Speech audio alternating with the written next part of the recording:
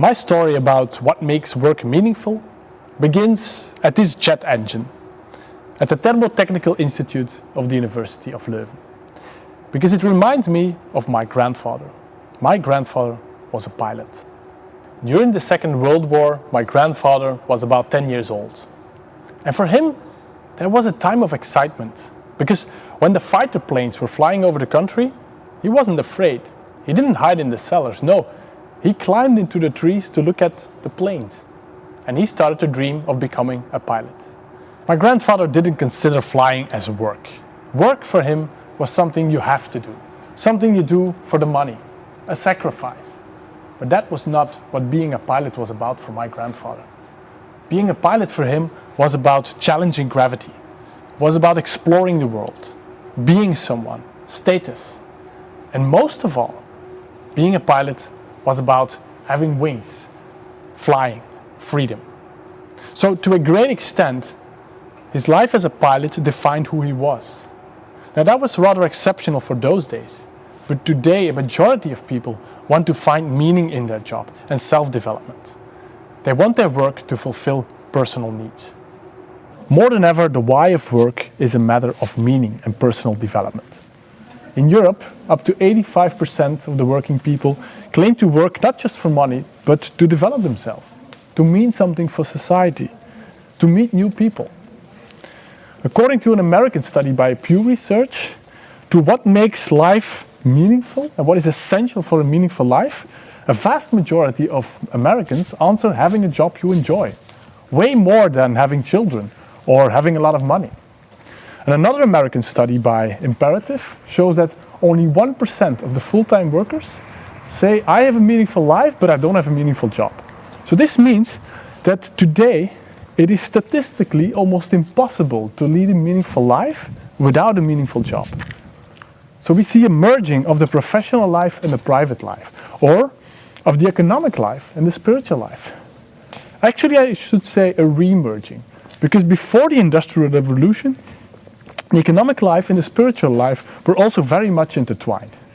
People were working at home, doing small cottage industry, or breeding crops on their land.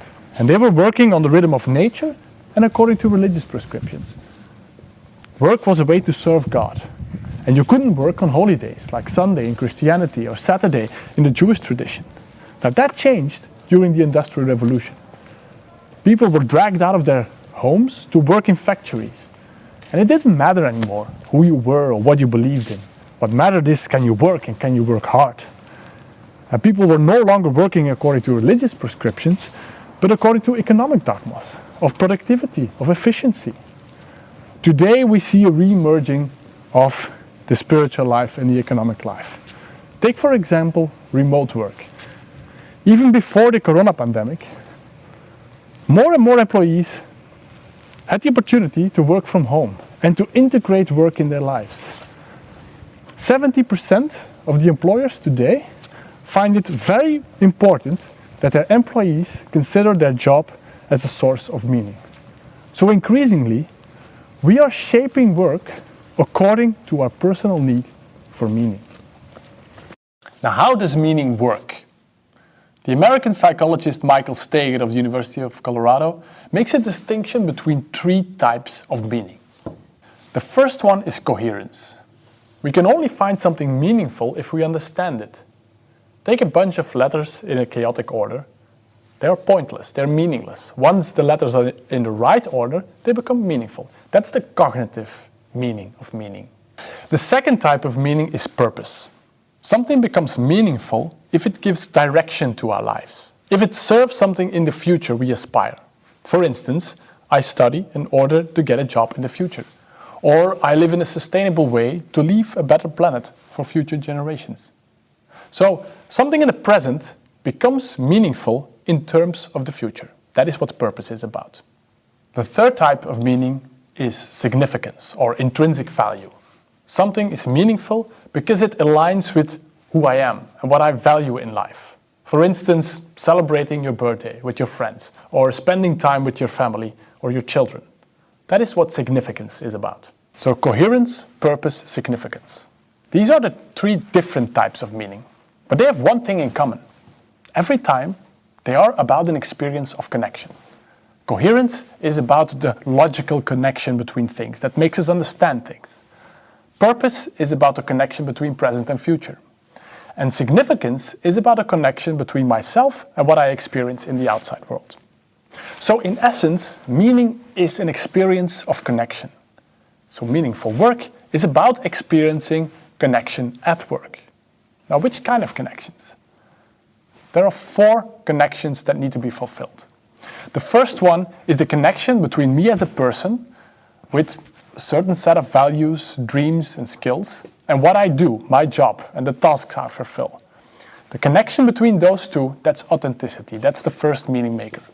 The second connection is the connection between my job and what we do as an organization, the goal of our organization. People want to feel that they make a difference to others, to the team, to the organization, to the world.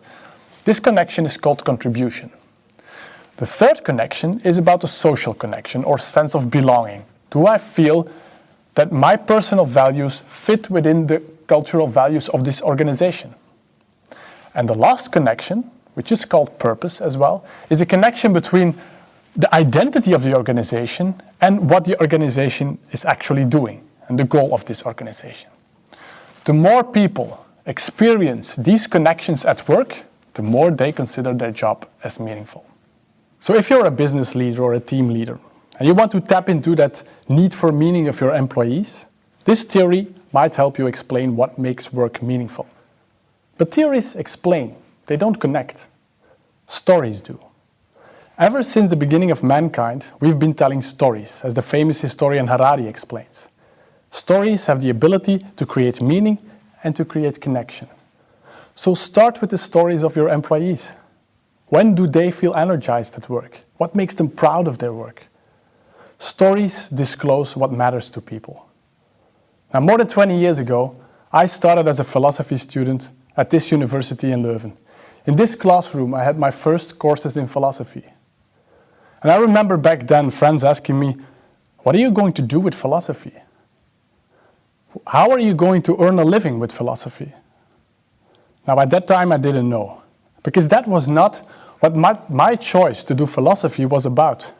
I wanted to do philosophy because it mattered to me. So, if you ask yourself, how can I find a meaningful job? My question to you is, what's your story? Who are you? Because what makes the work meaningful in the first place is you. Good luck.